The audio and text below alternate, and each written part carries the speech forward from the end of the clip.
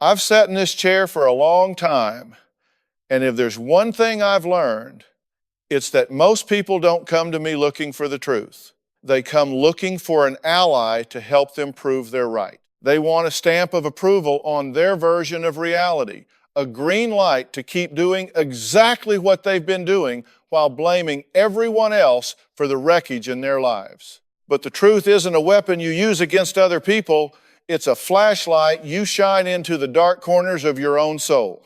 This case, the one involving a woman named Elena, was a textbook example of someone who had built a fortress out of her own righteousness, only to find herself trapped inside it. It's a dangerous thing when you start believing your own press, especially when that press says you're the only one who cares, the only one who's trying, and the only one who's sane in a world full of people who just want to let you down. When I first met Elena backstage, she was the picture of composure. She was 52 years old, impeccably dressed, and carried herself with the kind of rigid grace that usually suggests someone is holding on to their dignity by a very thin thread. She didn't look like a woman whose life was falling apart, but that's the thing about functional chaos. It looks real good from the sidewalk. Behind the closed doors of her home, however, the air was thick with resentment and silence. Elena had come to me because her 3 adult children had collectively decided to cut her off. They had gone no contact, a term that has become very popular lately, and Elena was convinced they had been brainwashed by her weak-willed husband, David, or perhaps by some toxic corner of the internet. To her, this wasn't a family crisis, it was a conspiracy. She saw herself as a martyr, a mother who had sacrificed every ounce of her being for her children, only to be cast aside like yesterday's news. She wanted me to tell her children how wrong they were. She wanted me to fix them. My first impression was that Elena was a high-functioning controller. There's a specific energy those people give off. They don't just walk into a room, they audit it. She was looking at the lighting, the cameras, the way I sat in my chair checking for any crack in the armor, any place where she might lose the narrative. She spoke in paragraphs, perfectly rehearsed stories about her children's failures and her own tireless efforts to save them from themselves. She used words like boundaries and respect, but she used them like clubs to beat people with. I listened and I watched. I've learned over the decades that what people don't say is often far more important than what they do. Elena talked a lot about what she did for her family, but she never talked about how she felt about them or how they might feel about her. It was all transactional. It was all about the scorecard she kept in her head, a ledger where she was always in the black and everyone else was hopelessly in debt. I knew I had to dig into where this started, because nobody wakes up one morning and decides to become a domestic dictator. Behavior is motivated, and it's usually motivated by a need that isn't being met. As we started talking about her history, the picture began to fill in, and it wasn't a pretty one. Elena grew up in a house where love was a moving target. Her father was a man of high expectations and low empathy, a top performer who treated his children like corporate assets. If Elena got an A, he asked why it wasn't an A+. If she won a race, he asked about her form, not her feelings. In that environment, she learned a very dangerous lesson. You are only as good as your last achievement, and the only way to be safe is to be perfect. If you're perfect, nobody can touch you. If you're in control, nobody can hurt you. She carried that blueprint into her marriage and her parenting. She didn't just want her children to succeed. She needed them to succeed so that she could feel like she hadn't failed. Their lives were her report card, and she was failing them because they weren't following the script she had written for them. In the early years of her marriage to David, she took over everything. She managed the finances, the social calendar, the household, and eventually David's career moves. At first, David welcomed it. He was a laid-back guy, a bit passive, and he thought he had found a partner who was just organized. But there's a fine line between being organized and being an autocrat. Slowly but surely, David's voice was erased. He became a spectator in his own life. Elena didn't see it that way, of course. She saw herself as the engine that kept the ship moving. She would say things like, "If I didn't do it, it wouldn't get done." Or, "I'm just trying to help him reach his potential." But help is only help if the other person wants it. If they don't, it's just interference. By the time the kids came along, the pattern was set. Elena was the CEO, and everyone else was an employee who was perpetually underperforming. The escalation didn't happen overnight. It was a slow burn of 1,000 small fires. As her children, Sarah, Michael, and Leo, reached their teenage years, they started to push back, as kids are supposed to do. But in Elena's world, independence was viewed as insurrection. Every time one of them tried to make a choice she didn't approve of, she doubled down. She used guilt like a surgical instrument. She reminded them of the sacrifices she'd made, the late nights, the money spent, the stress they were putting her through. She made her emotional stability their responsibility. If they did well, she was happy. If they stumbled, she was shattered. That's a heavy burden for a child to carry. The idea that your mother's very soul depends on your GPA or your choice of friends, it creates a dynamic where the children start to hide their true selves just to keep the peace, until eventually there is no peace left to keep. The breaking point came a year before they contacted the show. Sarah, the eldest, had gotten engaged. Instead of a celebration, the wedding planning became a battlefield. Elena wanted to control every detail, the venue, the dress, the guest list. When Sarah finally stood her ground and said, "Mom, this is my wedding," Elena didn't hear a daughter seeking autonomy. She heard a betrayal. She told Sarah that she was being ungrateful and cruel after everything Elena had done to make her the woman she was today. It got so bad that Sarah eventually uninvited her mother from the wedding. That was the first domino to fall. Michael and Leo, who had been simmering with their own resentment for years, saw Sarah's defiance and found their own courage. Within 6 months, all 3 children had stopped taking Elena's calls. They didn't want her money, they didn't want her advice, and they didn't want her drama. They wanted to breathe. Elena sat in my studio and told me this story as if she were a victim of a coordinated hit. She cried, but they weren't the tears of a broken heart. They were the tears of a frustrated ego. She kept saying, "I don't understand how they could do this to me." Notice the language.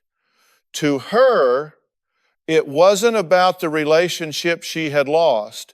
It was about the injury to her self-image.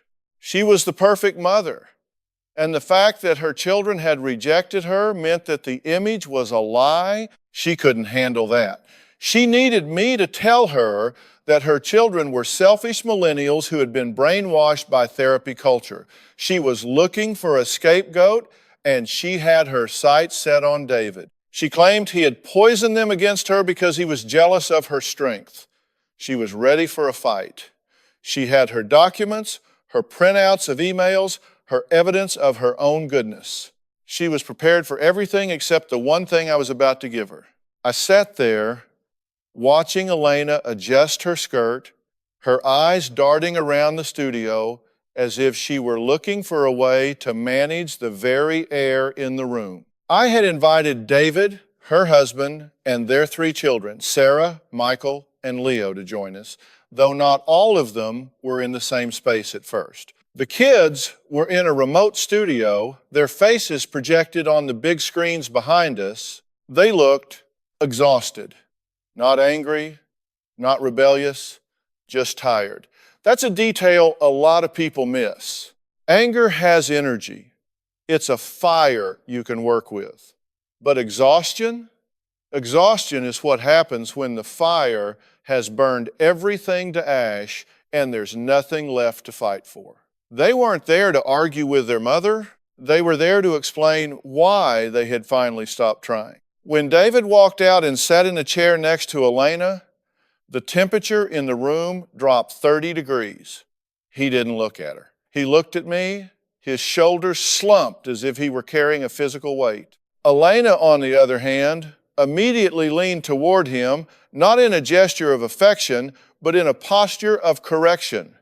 She whispered something to him about his tie, and I saw him flinch.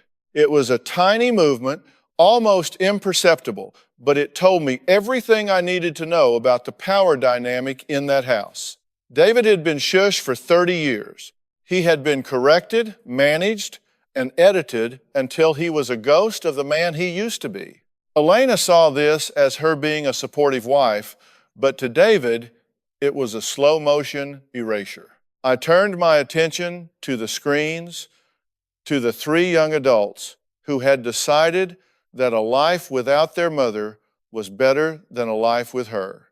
I asked Sarah why she had made the choice to go no contact. She didn't hesitate. She looked straight into the camera and said, "Because I realized that my mother doesn't love me. She loves the version of me that she can control. And since I'm not that person anymore, she has no use for the real me." Elena immediately tried to jump in. She started talking over her daughter, her voice rising in that high-pitched, frantic tone people use when they feel the narrative slipping away. "Sarah, how can you say that? I've done everything for you. I paid for your college. I stayed up with you when you were sick. I gave you everything I never had." I held up my hand. "Elena, stop. Just stop for a second.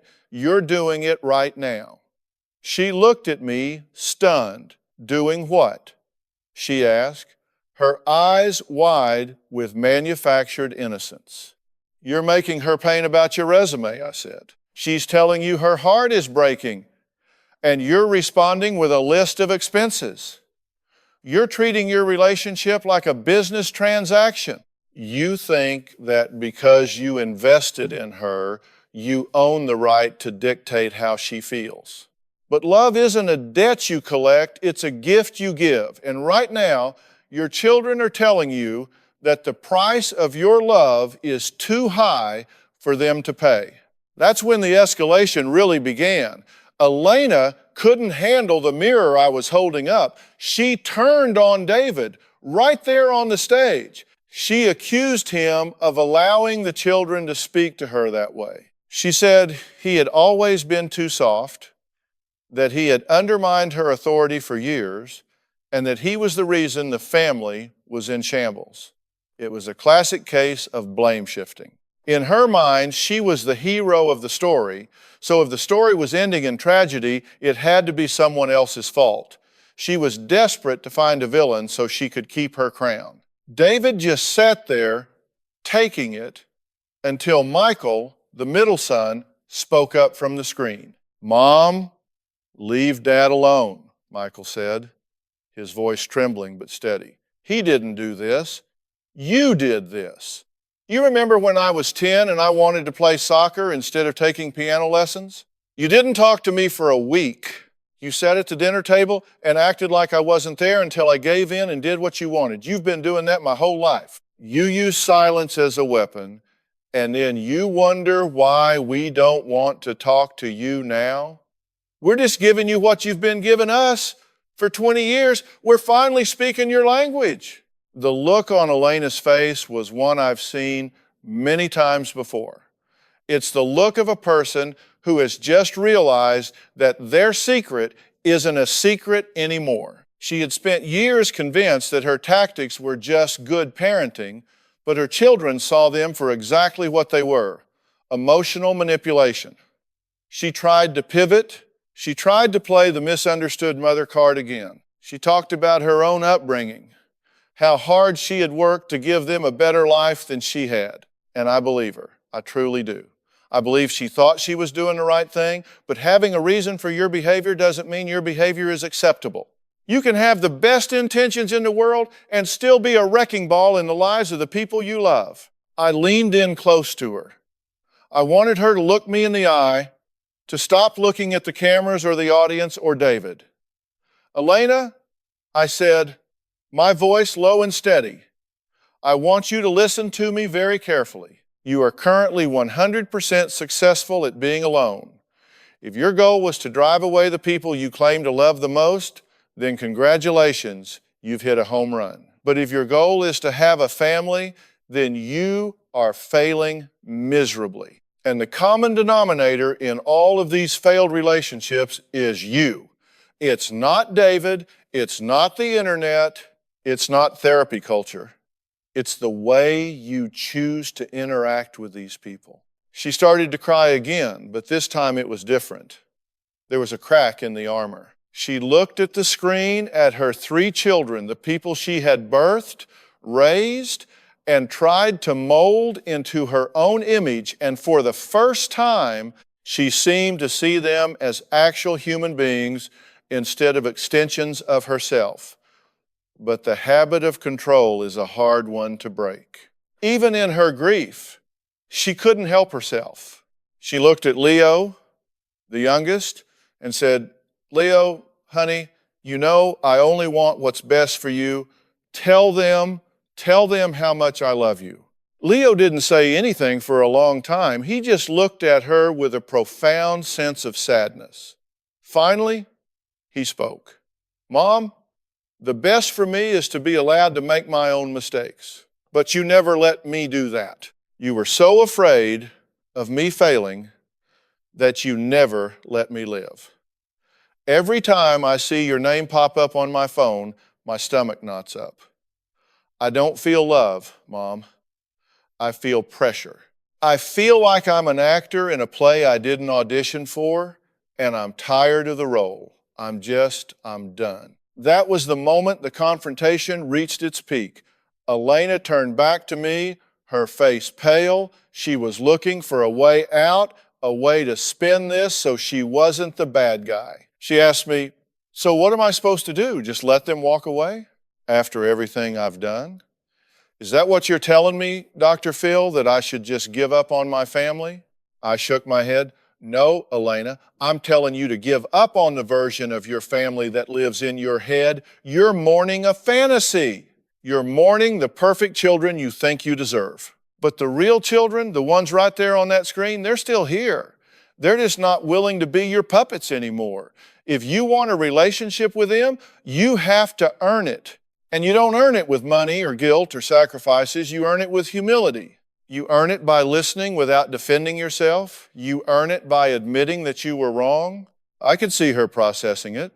The perfectionist in her was screaming, telling her that admitting she was wrong was the same as being destroyed. In her world, there were only 2 categories, perfect or worthless. She didn't know how to be a flawed human being who makes mistakes and asks for forgiveness. She only knew how to be the person who is always right. I knew that if I didn't break that binary thinking right now, she was going to leave that stage and never speak to her children again. She would go home, wallow in her victimhood, and die a lonely woman, surrounded by the evidence of her own righteousness. I decided it was time to push harder. Elena, I said, I'm going to ask you a question, and I want you to give me an honest answer. Don't give me the answer you think I want. Don't give me the answer that makes you look good. Just give me the truth. Do you love your children more than you love being right? Because right now, you're choosing being right every single time. You're choosing your ego over your own flesh and blood. Is that really how you want to spend the rest of your life? She opened her mouth to give me one of her rehearsed answers, but she stopped. She looked at David, then at the screens, and then back at me. The silence in the studio was heavy. You could hear a pin drop. This was the crossroads. This was the moment where she either chose the truth or she chose the lie. She didn't answer right away. She couldn't. For a woman like Elena, an apology isn't just a sentence, it's a surrender. It's an admission that the fortress she's built around herself, the one labeled the perfect mother, is actually a prison. If she admits she's wrong about how she treated Sarah's wedding, then she has to admit she was wrong about the piano lessons, the controlled finances, the manipulated silences, and the 30 years of editing David's life. That's a lot of weight to drop on someone all at once. I could see the physical struggle in her face. Her jaw was tight, her eyes were darting, and she kept smoothing her skirt over and over again, a self-soothing gesture that told me she was internally redlining. She was terrified. And that's the part of these stories people don't often see. We see the control, the anger, the manipulation, but we don't see the raw, naked fear underneath it. Elena was terrified that if she wasn't the one in charge, she would simply cease to exist. I decided to give her a moment and turn to David. I've found that in these high conflict families, there is always an enabler, someone who, in the name of keeping the peace, actually feeds the beast. David had been doing that for 3 decades. He had been the good cop to Elena's bad cop, but in doing so, he had abandoned his children to her whims. I looked at him and said, David, you've been sitting in the passenger seat of your own life for 30 years. You've watched her run over your kids, and you just reached over and turned up the radio so you wouldn't have to hear the screaming. How does it feel to know that your children don't just resent their mother, they're disappointed in you? David flinched as if I'd slapped him. His eyes welled up, and he looked at the floor. I just wanted everyone to be happy, he whispered. I thought if I just stayed quiet, things would eventually settle down. I didn't want to make it worse. I leaned in. But you did make it worse, didn't you? By not standing up for your children, you taught them that their mother's irrationality was more important than their reality. You taught them that their feelings didn't matter as much as her temper. You weren't keeping the peace, David. You were managing a dictator, and the cost of that management was your relationship with your kids. This was a pivotal moment. Elena, sensing that the focus was shifting away from her wrongdoings and onto David's weakness, tried to jump back in.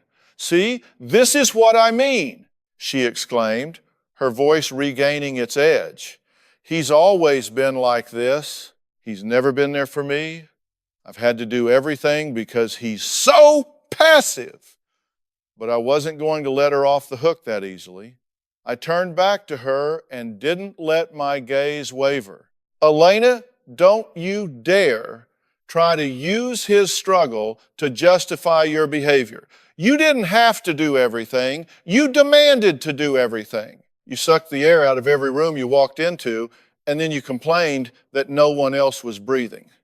You can't have it both ways. You can't be the person who insists on holding the steering wheel and then blames the passengers when the car hits a wall. I looked back at the screen at Sarah, Michael, and Leo. I asked them a question I already knew the answer to. If your mother stood up right now, walked over to that screen, and said, I was wrong, I am sorry, and I am going to change, would you believe her? The silence that followed was the loudest thing in the room. Sarah was the first to shake her head. No, she said simply, because she said sorry before. She says, sorry you feel that way, or sorry I'm not perfect enough for you. She uses apologies as a way to end the conversation, not to start a change. I don't need an apology, Dr. Phil. I need her to stop.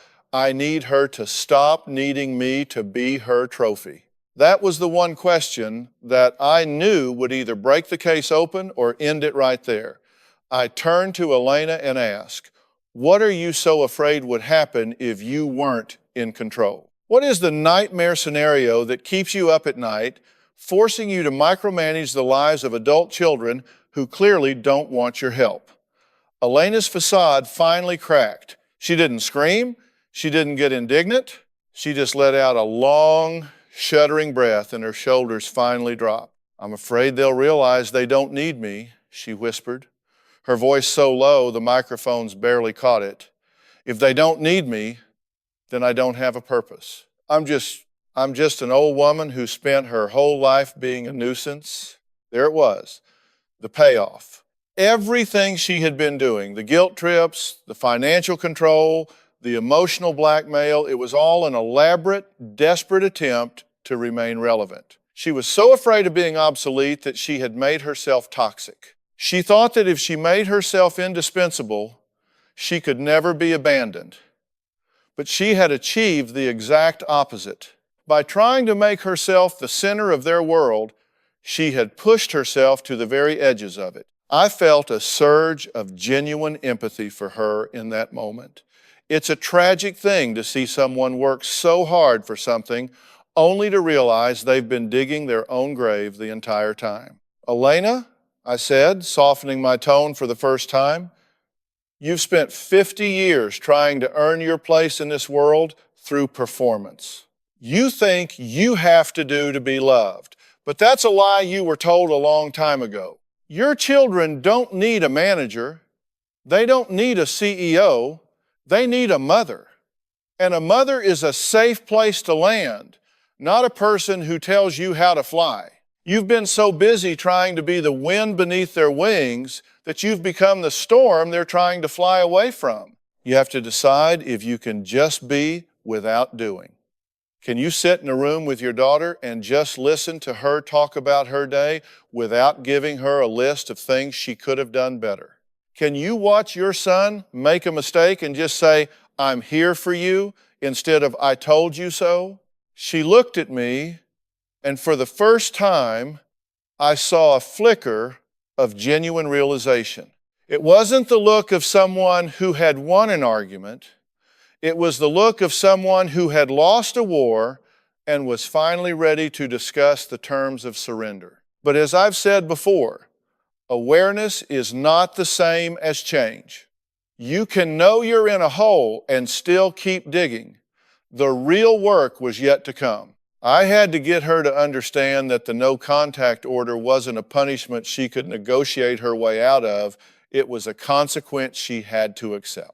I looked at the kids on the screen. Is there any path back, I asked.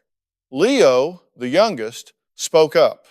Maybe, he said, but not today and not next week. We need to see that she can respect a boundary even when she doesn't like it. She needs to prove she can stay away before we can let her come back.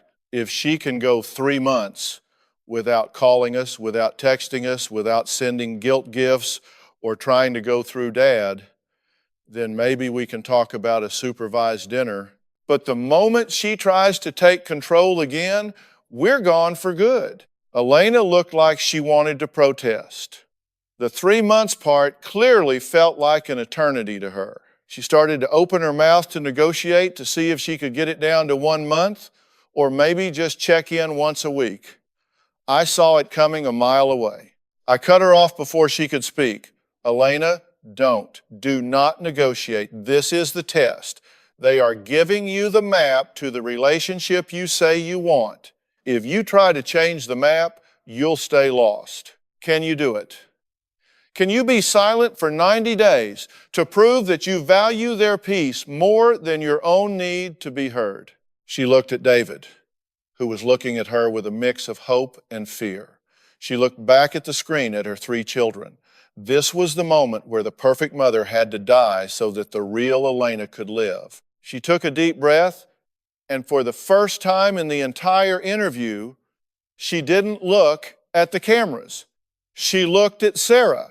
90 days, she said, her voice shaking. I'll do it. I'll stay away. I'll try to find out who I am when I'm not, the mother who has all the answers. I sat there for a moment, letting the weight of that 90-day commitment settle in the room. In my experience, the first few minutes after a big realization are the most critical. That's when the ego tries to claw its way back into the driver's seat. I could see it happening with Elena. Even as she agreed to the silence, her eyes were already scanning the stage, looking for a loophole, a way to make this her idea, or a way to ensure she'd get credit for her sacrifice. I had to nip that in the bud. I had to make her understand that this wasn't a performance for an audience. It was a desperate act of preservation for her soul and her family. If she did this for the applause, she would fail. She had to do it because she finally realized that her way of living was a dead end. I turned my focus back to David.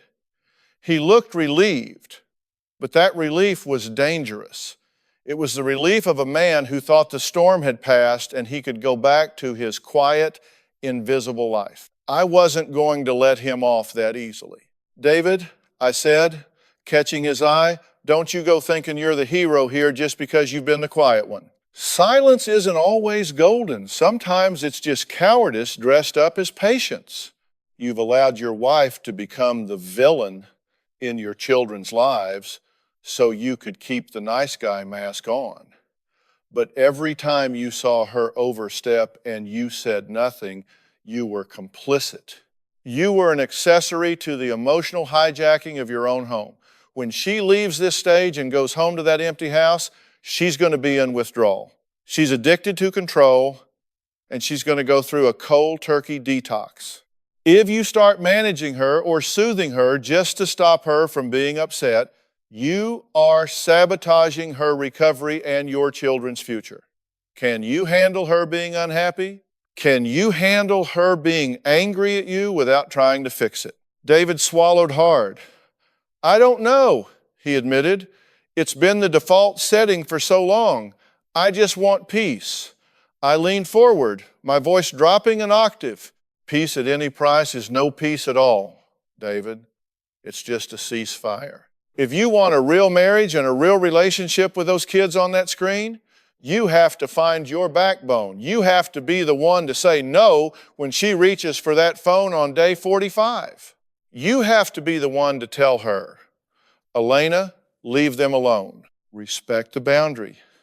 You've been her enabler, now you have to be her partner. And part of being a partner is holding a mirror up to the person you love, even when they don't like what they see. I look back at the screens. Sarah, Michael, and Leo were watching this with a mixture of hope and profound skepticism. I've seen that look 1,000 times. It's the look of people who have been promised change before, only to be met with more of the same. They weren't cheering. They weren't celebrating. They were waiting for the other shoe to drop. I wanted to address that. Kids, I said, I want you to hear me. You are not responsible for your mother's happiness. You are not responsible for her rehabilitation. You've done the right thing by setting this boundary. A boundary isn't a wall to keep people out. It's a gate to let the right people in at the right time. For the next 90 days, your job is to heal. Your job is to figure out who you are when you aren't constantly reacting to her management. Don't check her social media. Don't ask your dad how she's doing. Just breathe. If she breaks the silence, that's her failing the test, not you failing as children. You owe her nothing but the truth. And you've already given her that today. Sarah nodded, a single tear finally escaping. It's just so hard, Dr. Phil. You want a mom. You want to be able to call her when you have a good day or a bad day. But every time I do, it becomes about her. I just want to know if it's even possible for someone like her to change, or are we just delaying the inevitable? That's the million-dollar question, isn't it? Can a leopard change its spots? I've found that people don't change until the pain of staying the same becomes greater than the pain of changing. Elena was at that threshold. She was looking at a life of total isolation. She was looking at being the grandmother who is never invited to the birthday parties, the mother who isn't told about the promotions or the heartbreaks. For a woman whose entire identity was built on being the mother, that was a fate worse than death. It is possible, Sarah, I said, but it's not a guarantee. It requires a level of humility that your mother has never practiced. It requires her to admit that she is not the center of the universe. It requires her to find a way to value herself that doesn't involve being needed by people who are trying to pull away. She has to do the work. and the work is lonely. Elena was listening to this, and for the first time, she wasn't trying to interrupt. She looked small in that big chair. The CEO was gone, and in her place was a woman who realized she had built her house on sand. I told her that we were going to provide her with a top-tier therapist in her area, someone who specialized in personality disorders and family dynamics. This wasn't something she could self-help her way out of. She needed someone to challenge her narrative every single week. She needed to understand why she felt so unsafe when she wasn't in control. She needed to go back to that little girl who thought she had to be perfect to be loved and tell her that the war is over. As we prepared to wrap up the session, the atmosphere in the studio had shifted from one of high-octane conflict to one of somber reflection.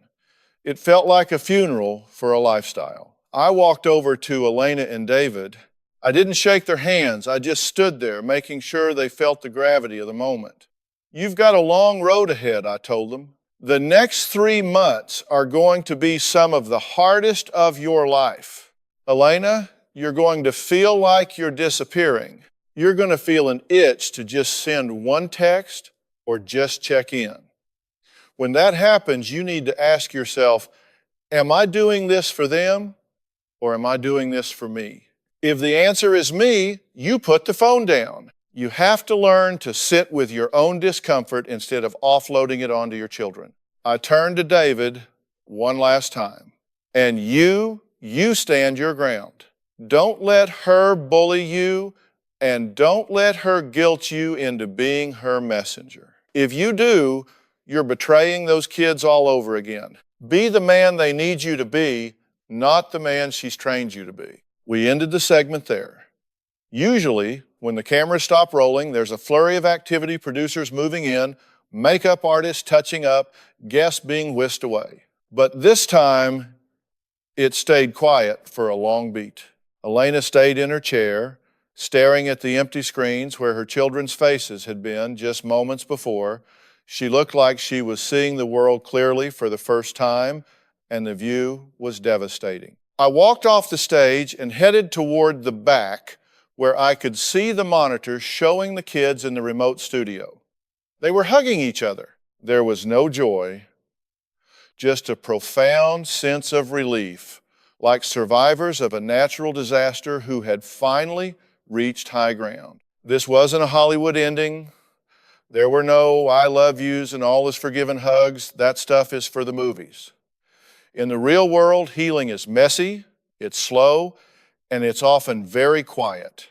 The outcome of this case wasn't going to be determined on my stage. It was going to be determined in the silence of the next 90 days. It was going to be determined in a therapist's office on a Tuesday afternoon when Elena finally stopped blaming David and started looking at herself. It was going to be determined when Sarah got married and felt a sense of peace instead of panic, knowing her mother wasn't there to hijack the day. I went back to my dressing room and sat down, thinking about the thousands of families I've seen over the years. Elena isn't a monster. She's a woman who took a survival strategy from her childhood and tried to use it as a parenting strategy in her adulthood. It didn't work. It never works. You can't control people into loving you. You can only love them into staying. And sometimes the most loving thing you can do is let go of the steering wheel and trust that the people you raised are capable of driving themselves. The weeks following that day in the studio were some of the most telling of the entire process. I've often said that the real show doesn't happen on the stage. It happens in the car ride home, in the kitchen at 2 o'clock in the morning. And in the quiet moments when there are no cameras to perform for. For Elena, the first 21 days were an exercise in pure, unadulterated agony. My production team kept in close contact with David and the therapist we'd assigned to them, and the reports were consistent. Elena was experiencing what I can only describe as control withdrawal. She paced the house like a caged animal. She picked fights with David over the way he loaded the dishwasher or the way he parked the car, trying to find any outlet for her need to manage. She wrote dozens of emails to her children, long, rambling manifestos defending her past actions, but to her credit, she didn't send them. She kept them in her drafts folder, a digital graveyard of her own ego. Around day 22, the first real breakthrough happened, and it didn't come from Elena, it came from David. Elena had finally reached her breaking point. She had her phone in her hand, her thumb hovering over the send button on a text to Sarah that would have surely reset the 90-day clock. She was crying, telling David that he was cruel for making her suffer like this, that she just wanted to check in because she had a feeling Sarah was unhappy. For 30 years, this was the moment where David would have caved. He would have told her it was okay, or he would have sent the text himself just to stop her crying. But this time, David stood up. He walked over, took the phone out of her hand, and put it in his pocket. He told her, Elena, you aren't worried about Sarah, you're worried about yourself. You're bored, and you're lonely, and you're trying to use our daughter to fill that hole. I'm not going to let you do it. Elena was stunned. She tried to go for the jugular, calling him weak and accusing him of wanting to see her fail. But David didn't engage.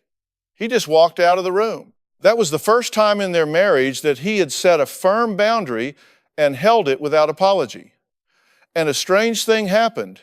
When the target didn't react, the attacker lost her momentum. Elena didn't have anyone to fight with, so she was forced to sit with her own feelings. She went to her therapy session the next day, and for the first time, she didn't spend the hour complaining about her kids. She spent it talking about that moment with David and how it made her realize how much she relied on conflict to feel alive. As the 90 days progressed, the children began to find their own rhythm. Sarah got married in a small, private ceremony. It wasn't the grand, over-the-top event Elena had envisioned, but Sarah sent me a note saying it was the most peaceful day of her life. She didn't have to worry about her mother's critiques or the eyes she felt on her back. Michael started a new job, and Leo went back to school. They were flourishing not because their mother was gone, but because the threat of her was gone. They didn't have to spend their emotional energy defending themselves. They could use it to build their own lives. This is the reality of no contact. It's rarely about malice, it's about survival. When the 90-day mark finally arrived, we did a follow-up call. Elena had lost that rigid, armored look she had in the studio. She looked tired, but she looked soft. She told me that she had spent the last 3 months learning how to be alone. She had joined a gardening club, something she could do that didn't involve managing other people's lives, and she was slowly learning that she had value even if she wasn't the CEO of the family. She had sent a short 5-sentence letter to each of her children. There were no excuses, no list of her sacrifices, and no demands for a meeting. She just said she was proud of them, she was sorry for the pressure she had put on them, and she was there whenever they felt ready to talk. It took another 6 months before Sarah reached out. It started with a text, then a brief phone call. There were no big apologies or dramatic reconciliations. It was just two women trying to figure out how to be in the same world without one of them trying to colonize the other. Elena still slips up. She still tries to give unsolicited advice, and she still gets that look in her eye when things don't go her way. But the difference now is that she catches herself, or David catches her. And instead of fighting it, she stops. She's learned that a relationship is like a delicate ecosystem.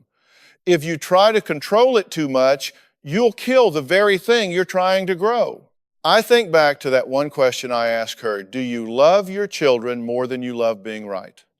It seems like such a simple choice, but for many people, it's the hardest one they'll ever make.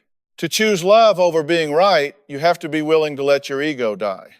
You have to be willing to be the villain in someone else's story if that's what it takes for them to find their peace. Elena had to lose her children to find her soul, and while the road to a full reconciliation is still long and uncertain, She's finally walking on the right path. She's no longer a perfect mother, but for the first time in her life, she's becoming a real one. And in the end, that's all any of us can really hope for, to be real, to be present, and to get out of our own way so we can let the people we love finally breathe.